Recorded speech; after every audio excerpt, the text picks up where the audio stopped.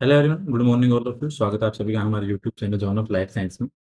तो इस सेशन के अंदर अपन स्टार्ट करने जा रहे हैं ह्यूमन फिजियोलॉजी के एमसीक्यू सेशंस। ठीक है, जो कि आपके इंपॉर्टेंट रहेंगे RPSC first year biology plus आपके असिस्टेंट प्रोफेसर जूलॉजी एग्जाम के लिए।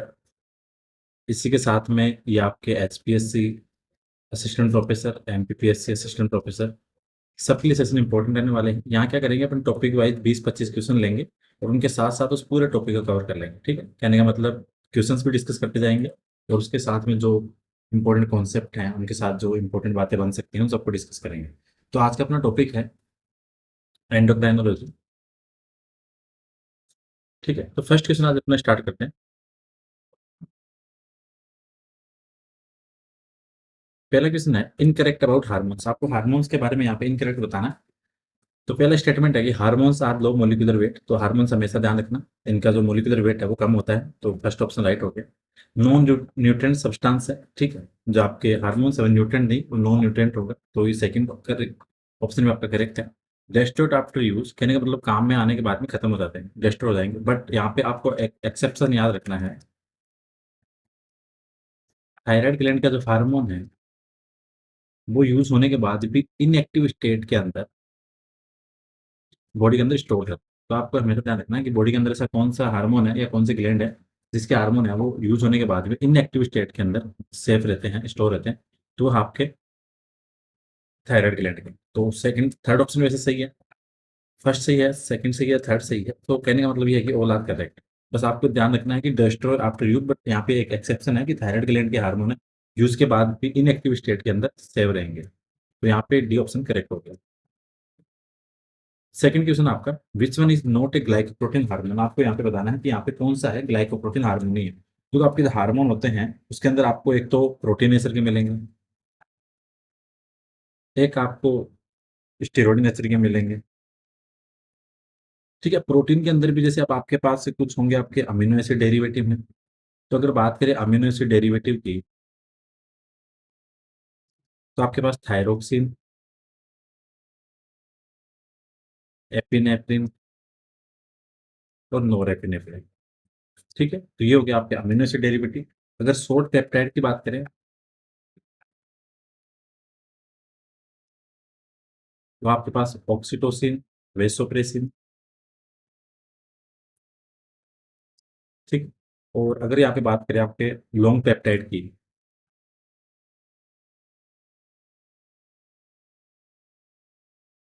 तो वो आपके पास में यहाँ पे इंसुलिन हो गया, एक तो पैराथार्मोन हो गया। ठीक है, और एसीटीएस हो गया, और एक आपके कैल्सिटोनिन। और अगर स्टेरॉइड नेचर की बात करें, सॉरी ग्लाइकोप्रोटीन की, तो अपना क्वेश्चन बोला था कि ग्लाइकोप्रोटीन हार्मोन कौन से। तो ग्लाइकोप्रोटीन ज़्यादा को थायराइड स्टिमुलेटिंग हार्मोन भी है, फॉलिकल स्टिमुलेटिंग भी है और ल्यूटिनाइजिंग हार्मोन भी है। ये सारे के सारे आपके कौन से, टीएसएच, एफएसएच और LH, these all are glycoprotein. Testosterone है, ये आपके स्टेरॉइड नेचर का हार्मोन है। स्टेरॉइड बनने का आपको ध्यान रखना है, जैसे आपका कोर्टिसोल हो गया, एल्डोस्टेरोन हो गया, या ऐसे कह सकते हैं ग्लूकोकोर्टिकोइड, मिनरलोकोर्टिकोइड, एस्ट्रोजन है, प्रोजेस्टेरोन है। तो ये सारे के सारे क्या है, स्टेरॉइड के अंदर आपके कोर्टिसोल, एल्डोस्टेरोन, प्रोजेस्टेरोन, टेस्टोस्टेरोन और एस्ट्रोजन। तो ये सारे के सारे कौन से स्टेरॉइड नेचर के। तो ये पूछ रहा है कि नोट ग्लाइकोप्रोटीन। तो यहाँ पे TSH, FSH and LH are glycoprotein, but testosterone hormone is a steroid nature. So right answer option number D. Question number third आपके, which gland is situated in sella turcica of sprint bone. तो आपके sprint bone के अंदर जो सेला turcica cavity है उसके अंदर जो आपको ग्लैंड मिलेगी वो मिलेगी आपको पिट्यूटरी ग्लैंड। दूसरी चीज, एक चीज और साथ में ध्यान रखो, इनके ओरिजिन से क्वेश्चन आता है कि कौन सी ग्लैंड कौन सा ओरिजिन। तो एक चीज ध्यान रखो, एक्टोडर्मल ओरिजिन की बात करें, एक्टोडर्मल मिलेगी एक तो आपको पीनियल, पिट्यूटरी और हाइपोथैलेमस। अगर मैं बात करूं यहाँ पे एंडोडर्मल की, तो एंडोडर्मल में आपको थायराइड, पैराथायराइड, पेनक्रियाज और थायमस, ये होगी कौन सी एंडोडर्मल अगर बात करें यहाँ पे एक्टो मेजोडर्मल की, वो आपकी एड्रिनल ग्लैंड, ये आपको ध्यान रखना। एड्रिनल ग्लैंड कौन सी है? Ecto mesodermal. इसके अंदर भी दो है, एक कोर्टेक्स है और एक मेडुला है। तो कोर्टेक्स आपका मेजोडर्मल और मेडुला आपका एक्टोडर्मल। तो ये सारी इंपॉर्टेंट बात ध्यान रखनी। एक्टोडर्मल की बात करें तो पीनियल, पिट्यूटरी, हाइपोथैलेमस। एंडोडर्मल की बात करें तो आपके थायराइड, ठीक है, parathyroid, pancreas, thymus. Ectomesodermal adrenal, adrenal के अंदर कोर्टेक्स आपका मेसोडर्मल और मेडुला है वो आपके एक्टोडर्मल। तो यहाँ पे क्वेश्चन क्या पूछ रहा था अगर, एक सेकंड, ये पूछ रहा था कि सेला टर्सिका स्प्लिंट बॉन, तो आपकी पिट्यूटरी कौन सी होगी, ये भी ध्यान रखना, एक्टोडर्मल। फोर्थ नंबर क्वेश्चन है, which gland solar ends are cold herring bodies. तो आपकी जो न्यूरो हाइपोफाइसिस, जैसे आपकी पिट्यूटरी के अंदर दो भाग मिलते हैं आपको। पिट्यूटरी के अंदर एक तो आपके एडिनो हाइपोफाइसिस और एक आपके न्यूरो हाइपोफाइसिस, दो भाग हो गए। पहले इस क्वेश्चन में देख लें कि सोलर एंड, तो जिस न्यूरो हाइपोफाइसिस के जो लास्ट एंड है वो थोड़े फूले हुए रहते हैं, तो उनको कहते हैं हेरिंग बॉडीज। तो हेरिंग बॉडी का रिलेशन आपके न्यूरो हाइपोफाइसिस से, तो ये बात होगी इसकी, ठीक है। एडिनो हाइपोफाइसिस की बात करें तो एडिनो हाइपोफाइसिस जो हार्मोन सीक्रेट होते हैं, तो एक तो यहाँ पे होते हैं आपके ग्रोथ हार्मोन, ठीक है, सोमेटोट्रोपिन वगैरह, इनका ध्यान रखो। दूसरी चीज यहाँ पे फिर होते हैं आपके टीएसएच, थायराइड स्टिमुलेटिंग हार्मोन, ठीक है, एससीटीएस है, ठीक है, इसकी फिर आपका एलएच है, ठीक है, एमएसएच है। ये हो गया आपके कौन से, एडिनो हाइपोफाइसिस से। न्यूरो हाइपोफाइसिस की एक चीज ध्यान रखो, न्यूरो हाइपोफाइसिस खुद हार्मोन नहीं बनाता, इसके पास हार्मोन आते हैं हाइपोथैलेमस से, ये सिर्फ स्टोर करता है और उनको रिलीज करता है। और न्यूरो हाइपोफाइसिस जो हार्मोन रिलीज होते हैं, एक तो आपका ऑक्सीटोसिन, एक आपका वेसोप्रेसिन। और वेसोप्रेसिन दूसरा नाम एटीएच, और ये आपका मोस्टली रिस्पॉन्सिबल है वाटर रीअब्जॉर्प्शन के लिए, ठीक है। तो यहाँ पे सोलन एंड्स की बात करें तो इसका नाम है हेरिंग बॉडी, रिलेशन आपके न्यूरो हाइपोफाइसिस से, ये आप बोले posterior pituitary. So right answer option number B. Number 5 है मिल्क लेट डाउन हार्मोन। तो मिल्क लेट डाउन हार्मोन की बात करें तो आपका ऑक्सीटोसिन, ये आपको ध्यान रखना है। ऑक्सीटोसिन आपका रिस्पॉन्सिबल किसके लिए है, ये आपका मिल्क लेट डाउन है, क्योंकि ये आपका किस में हेल्प करता है, मिल्क इजेक्शन के अंदर, ठीक है। तो राइट आंसर ऑप्शन नंबर ए। क्वेश्चन नंबर 5 है इनकरेक्ट अबाउट थायराइड। आपको थायराइड के बारे में इनकरेक्ट बतानी है सारी बातें। तो देखो थायराइड के अंदर पहली बात हो रही है लार्जेस्ट एंडोक्राइन ग्लैंड है, पहली बात सही होगी। Both lobes are connected by isthmus, ठीक है। स्टिमस जो एक आपका फ्लैप है, नॉन ग्लैंडुलर कनेक्टिव टिश्यू है, इसके द्वारा दोनों लोब्स कनेक्ट हों आपस में, तो सेकंड बात भी इसी होगी। Only endocrine which store hormone, यहाँ तक बात सही है, only endocrine which store hormone in an active state, यहाँ पे एक्टिव नहीं होगा, यहाँ पे होगा इनएक्टिव स्टेट। तो यहाँ पे ऑप्शन नंबर सी गलत हो गया। पैराफोलिकुलर सेल सीक्रेट कैल्शिटोनिन, ये भी बात सही है। अब देखो थायराइड की कुछ बातें करें। थायराइड एक तो आपकी कौन सी है, एंडोडर्मल, ठीक है। इसके अंदर आपके एक तो है फॉलिकुलर सेल, फॉलिकुलर सेल आप रिलीज करेगी थायरोक्सिन, और पैरा फॉलिकुलर सेल और पाई जाएगी इसके अंदर, वो करेगी आपकी कैल्सिटोनिन। ये आपको दोनों ध्यान रखना, ठीक। और थायरोक्सिन किसका डेरिवेटिव है, ये आपके थ्रियोनिन, सॉरी टायरोसिन, ठीक है। थायराइड के अंदर बातें होगी। और थायराइड आपकी मोस्टली रिलेशन किसके साथ है इसका, एक तो ये आपकी रेगुलेशन करेगी बीएमआर का, फैट और कार्बोहाइड्रेट मेटाबॉलिज्म का, ठीक है। और आपके जो इरिथ्रोपोइसिस है उसको स्टिमुलेट करेगी। तो ये बातें थी थायराइड की। तो थायराइड के अंदर ध्यान रखो, only endocrine which store hormones in active नहीं इनएक्टिव स्टेट, तो that's why option number C will be correct, क्योंकि यहाँ पे क्या हो रहा है, इनकरेक्ट पूछा है, तो ये ऑप्शन सी आपका इनकरेक्ट। क्वेश्चन नंबर 6 आपके, थायराइड इंक्रीज बीएमआर एक्सेप्ट। देखो थायराइड का काम क्या है, आपको बीएमआर को बढ़ाना। तो आपकी क्या करती है, आपके मोस्टली पूरे बॉडी टिश्यू के अंदर आपके बीएमआर को रेगुलेट करेगी, लेकिन कुछ ऐसे एक्सेप्शन है जहाँ पे आपके थायराइड ग्लैंड है वो आपके बीएमआर को इंक्रीज नहीं करेगी। तो जैसे आपके मोस्ट टिश्यू के अंदर करेगी, लेकिन एक तो आपको ब्रेन, स्प्लीन और टेस्टिस, इन तीनों के अंदर आपके थायराइड है बीएमआर को बढ़ाएगी नहीं। So right answer option number D, ठीक है। तो आपको ध्यान रखना है कि आपका जो इंपॉर्टेंट रोल है थायराइड का वो आपका बीएमआर में, लेकिन बीएमआर के अंदर भी आपका ब्रेन हो गया, स्प्लीन हो गया, टेस्टिस, यहाँ पे बीएमआर नहीं बढ़ाएगी, ठीक है। तो जब आपका बीएमआर बढ़ेगा तो उससे क्या होगा, आपके जो मेटाबॉलिज्म है कार्बोहाइड्रेट का, लिपिड का, प्रोटीन का, वो क्या हो जाएगा, बढ़ेगा। जैसे ही आपका बीएमआर इंक्रीज हुआ, बीएमआर इंक्रीज होने के साथ में फैट, कार्बोहाइड्रेट, और प्रोटीन, इन सबका मेटाबॉलिज्म क्या होगा, इंक्रीज होगा। ठीक है, तो यहाँ पे थायराइड का ध्यान रखना, थायराइड आपके बीएमआर इंक्रीज करेगी बट ब्रेन, स्प्लीन और टेस्टिस के अंदर नहीं करेगी। Right answer option number D. Number 7 आपके, which hormone is responsible for the decrease plasma calcium level. तो आपके कौन सा ऐसा हार्मोन है जो आपके प्लाज्मा के अंदर कैल्शियम लेवल इसको क्या करेगा, डाउन करेगा। तो ये काम आपके कैल्सिटोनिन। ठीक है, और पैराथार्मोन क्या करेगा, बढ़ाएगा। तो आपको ध्यान रखना है कैल्सिटोनिन और पैराथार्मोन क्या है, एक दूसरे के एंटागोनिस्ट है, मतलब एक दूसरे का अपोजिट काम करेंगे। ठीक, कैल्सिटोनिन आपके कैल्शियम लेवल को डाउन करेगा, पैराथार्मोन आपको क्या करेगा, बढ़ाएगा। आपको एंटागोनिस्ट हार्मोन्स का ध्यान रखना है कि एक दूसरे के विपरीत कौन से काम करते हैं। तो एंटागोनिस्ट में तो ध्यान रखो इंसुलिन और ग्लूकागोन।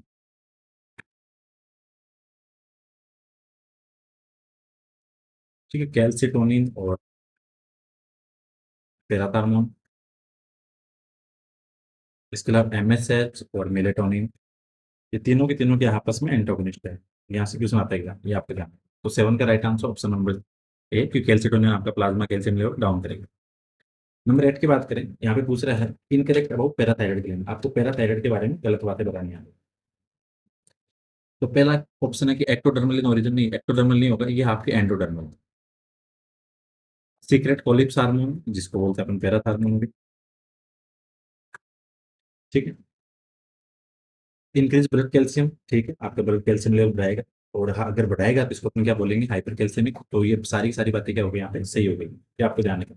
ठीक, दूसरी चीज आपका जो पैराथार्मोन है, ये आपका साथ में काम करता है किसके, होम्योस्टेसिस में भी। क्योंकि क्या करेगा, ये आपके कैल्शियम और जो फॉस्फेट है आपके ईएसएफ के अंदर, उन दोनों क्या करेगा, रेगुलेट करेगा। तो ये आपको ध्यान रखना। तो यहाँ पे राइट आंसर क्या होगा, ऑप्शन नंबर ए, क्योंकि आपका पैराथायराइड एक्टोडर्मल नहीं है, वो आपके एंडोडर्मल। नंबर 9 आपके, एंटी इन्फ्लामेटरी और इम्यून सप्रेसिव हार्मोन्स कौन से हैं। तो देखो आपके जो एड्रिनल कोर्टेक्स है, एड्रिनल कोर्टेक्स के अंदर एक तो आपके ग्लूकोकोर्टिकोइड, एक आपके मिनरलोकोर्टिकोइड, और एक आता है आपके कौन से, गोनाडोट्रोपिन। ये आपके उनको बोल सकते हैं अपन सेक्स कोर्टिकोइड या गोनाडोकोर्टिकोइड। ग्लूकोकोर्टिकोइड की बात करें तो वो होते हैं आपके कोर्टिसोल। ये ध्यान रखना, एग्जाम में क्वेश्चन पूछते हैं कि कौन से ग्लूकोकोर्टिड है, वो है आपके कोर्टिसोल। मिनरलोकोर्टिकोइड होते हैं आपके एल्डोस्टेरोन, और ये होते हैं आपके कौन से, एंड्रोजन और एस्ट्रोजन वगैरह। तो ये पूछ रहे हैं कि कौन सा ऐसा हार्मोन है जो एंटी इन्फ्लामेटरी भी है, इम्यून सप्रेसिव है। तो जो आपकी कोर्टिसोल है, ये आपके एंटी इन्फ्लामेटरी भी है, इम्यून सप्रेसिव में भी काम आता है। ठीक है, तो और ये काम आता है आपके ऑर्गन ट्रांसप्लांटेशन में भी। ठीक है, तो ये आपको ध्यान रखें। दूसरी चीज, इसको बोलते हैं लाइफ सेविंग हार्मोन।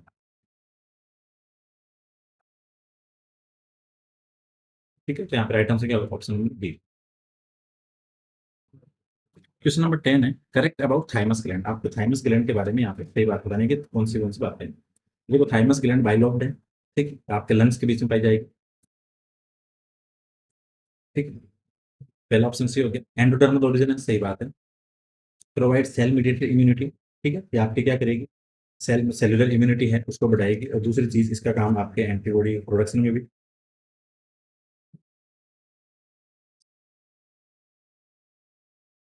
उसके बाद हार्मोन कौन सा रिलीज होगा, तो वो आपका थाइमोसिन। ठीक है, तो थाइमस को क्या बोलते हैं, थ्रोन ऑफ इम्यूनिटी।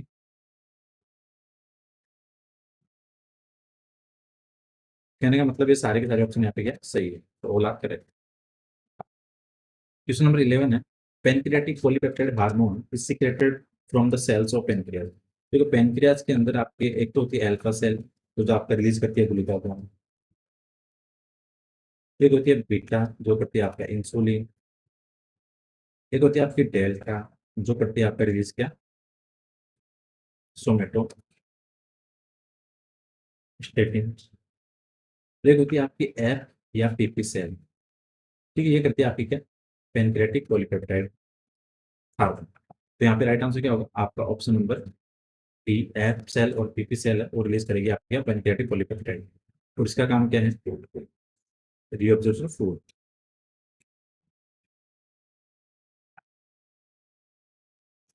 ठीक है, तो राइट आंसर यहाँ पे ऑप्शन नंबर डी।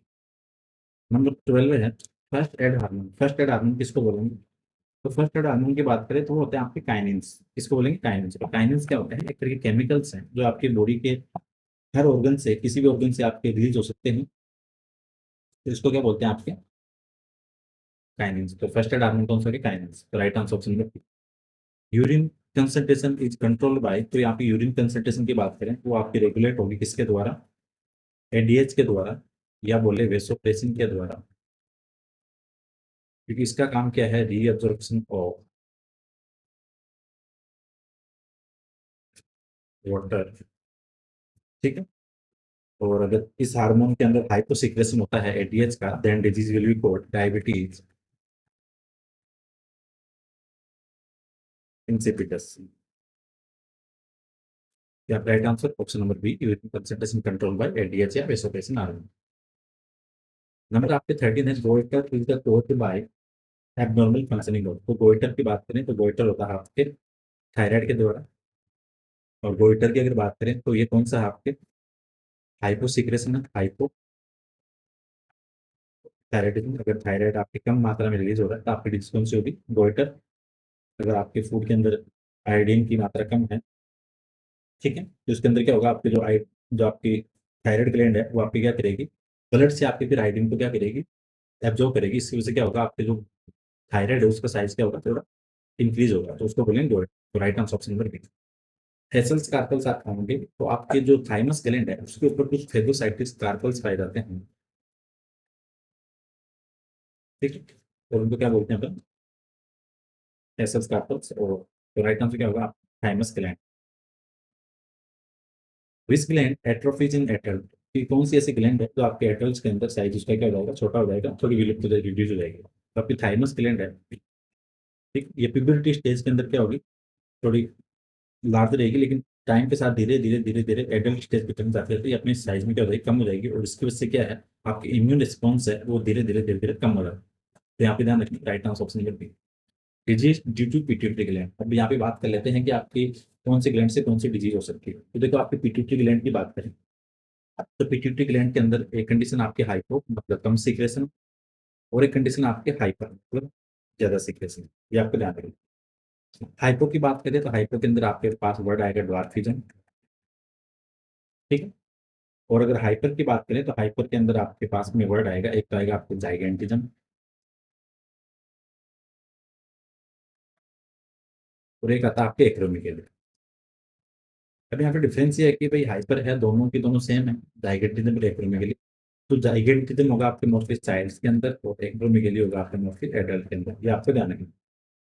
ठीक है। एक्रोमेगाली होता है जिसके अंदर आपके जो फेस है, उसकी बोन्स की जो फेस है वो क्या हो जाएगी, साइज में उसकी लार्ज हो जाएगी। फोर लिम्स वगैरह है, उनका साइज भी क्या हो जाएगा, थोड़ा लार्ज हो जाएगा। ये आपको ध्यान रखना। और जो आपके जाइगेंटिज्म की बात करें तो उसके अंदर क्या होगा, जो आपके बोन्स, जो लेग और हाथ के जो बोन्स है वो क्या हो जाएंगे, लंबे हो जाएंगे। ठीक है। तो यहाँ पे देखो, disease due to pituitary gland तो ड्वार्फिज्म भी है, या फिर हाइपोसिक्रेशन जाइगेंटिज्म है, hyper secretion acromegaly, hyper secretion और डायबिटीज इंसिपिडिस, ये आपके वेसोप्रेसिन की वजह से। ठीक है। जो आपके हाइपर सिक्रेशन है एडीएच का एप्पल। तो कहने का मतलब आपके all of these are disease of pituitary gland. तो पिट्यूटरी के जाने पर ड्वार्फिज्म, जाइगेंटिज्म, एक्रोमेगाली और diabetes insipidus. So right answer option number D. 17 है, which one is thyroid disorder. तो आपको थायराइड ग्लैंड का डिसऑर्डर बताना है कि कौन से हैं। तो थायराइड के अंदर सेम कंडीशन है, एक कंडीशन आपके हाइपो मतलब अगर आप थायराइड कम रिलीज हो रहा है, और एक कंडीशन आपके हाइपर। हाइपो के अंदर ध्यान रखो, एक तो आता है सिंपल गोइटर, जब आपके फूड के अंदर या आयोडीन की मात्रा कम है तो आपके थायराइड ग्लैंड क्या करेगी, आपके ब्लड से आयोडीन की क्या करेगी, अपनी तरफ एब्जॉर्ब करेगी। उसकी वजह से क्या होगा, साइज का इनलार्जमेंट होगा। फिर आती है क्रिएटिनिज्म। ठीक है। इसके अंदर क्या होता है, जो आपकी प्रेगनेंसी वगैरह है उसके अंदर, जो आपके ग्रोइंग बेबी है उसके अंदर क्या होगा, मेचुरेशन और उसके अंदर डिफेक्ट आएगा। तो होता है आपके क्रिएटिनिज्म। एक होता है आपके मिक्सोडेमा, जिसको बोलते हैं वेल डिजीज। ठीक है। जिसके अंदर क्या होता है, जो फीमेल्स के अंदर जो मेंस्ट्रुअल साइकिल है वो कंटिन्यूटी या रेगुलर फेज में नहीं होती, वो इरेगुलर होती है। तो ये बात थी हाइपो की।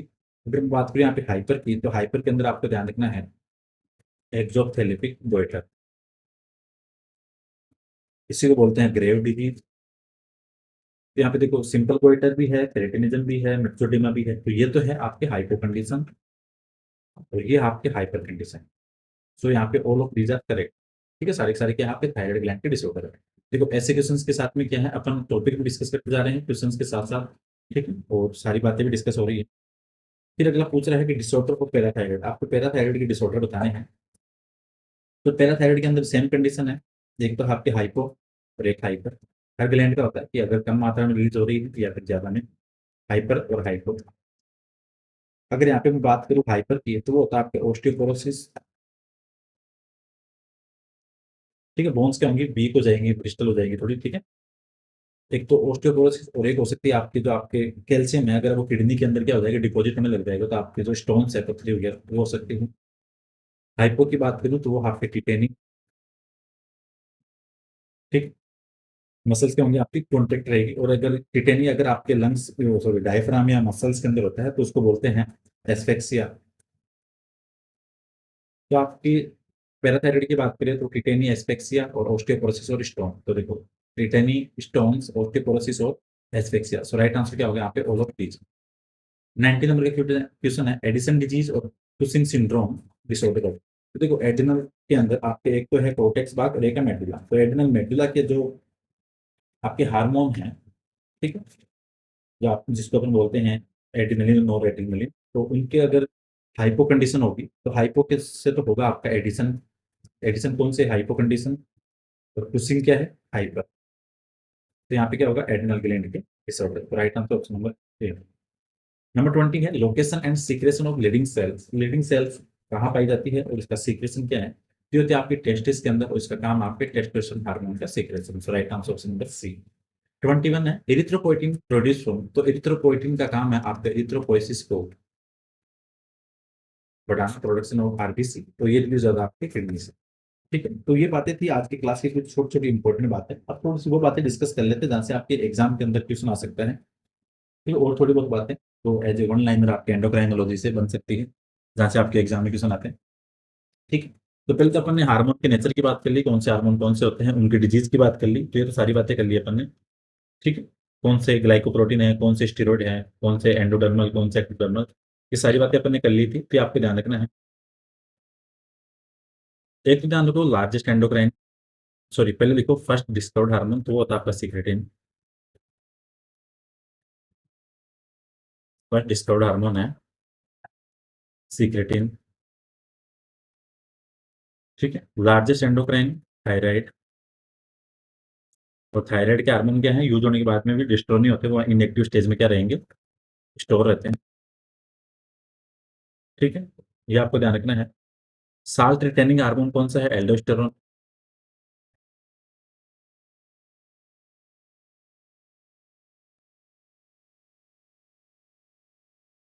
और लाइफ सेविंग कोर्टिसोल,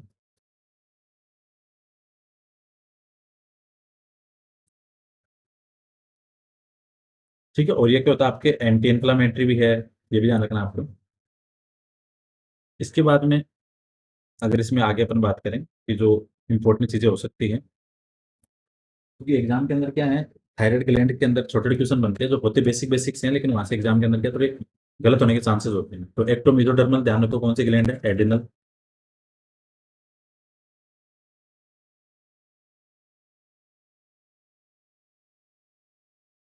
ये आपको ध्यान रखना है, यहाँ से आपके क्वेश्चन बनता है, ठीक है। डायबिटीज मेलाइटस का रिलेशन आपके हाइपोसिक्रेशन ऑफ इंसुलिन, ये ध्यान रखना, कंफ्यूजन होता है इसमें।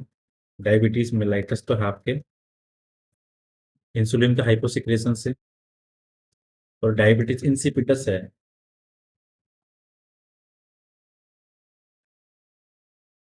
वो आपकी से एडीएस वेसोप्रेसिन के हाइपोसिक्रेशन से। तो दोनों में कंफ्यूज नहीं होना।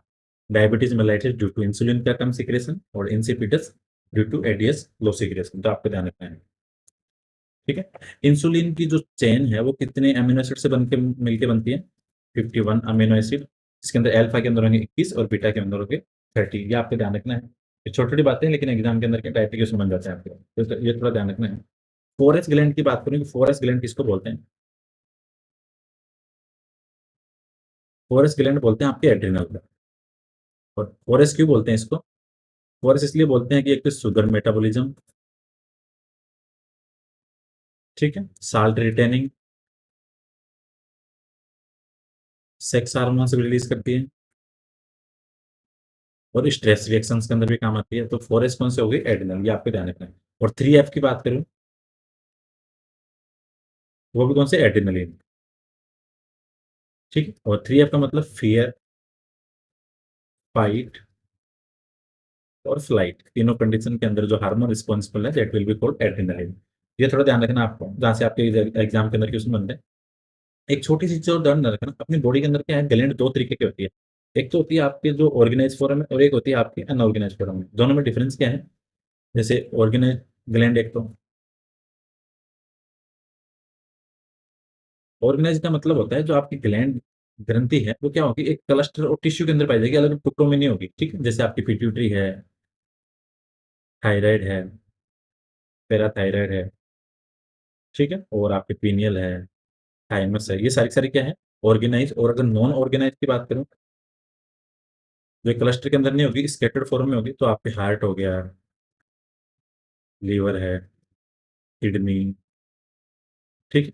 ये आपको ध्यान रखना है। दूसरी चीज, एक चीज ध्यान रखो, एक तो होता है रेनिन, इसका रिलेशन आपके किडनी से। और एक होता है रेनिन, इसका ध्यान होगा आपके स्टोमक से। यहाँ से थोड़ा कंफ्यूजन होता है, ये एग्जाम के लिए इंपॉर्टेंट क्वेश्चन है। एक होता है आपके ANF, वो आपका रिलीज होगा कहाँ से? हार्ट की वॉल से, जो आपका ब्लड प्रेशर को डाउन करता है, इसका थोड़ा ध्यान रखना है। तो ये इंपॉर्टेंट इंपॉर्टेंट बातें थी जो आपके एंडोक्राइन ग्लैंड वाले पोर्शन से, ठीक है, जिसके अंदर अपने कम टाइम के अंदर थोड़ी इंपॉर्टेंट बातों को डिस्कस किया।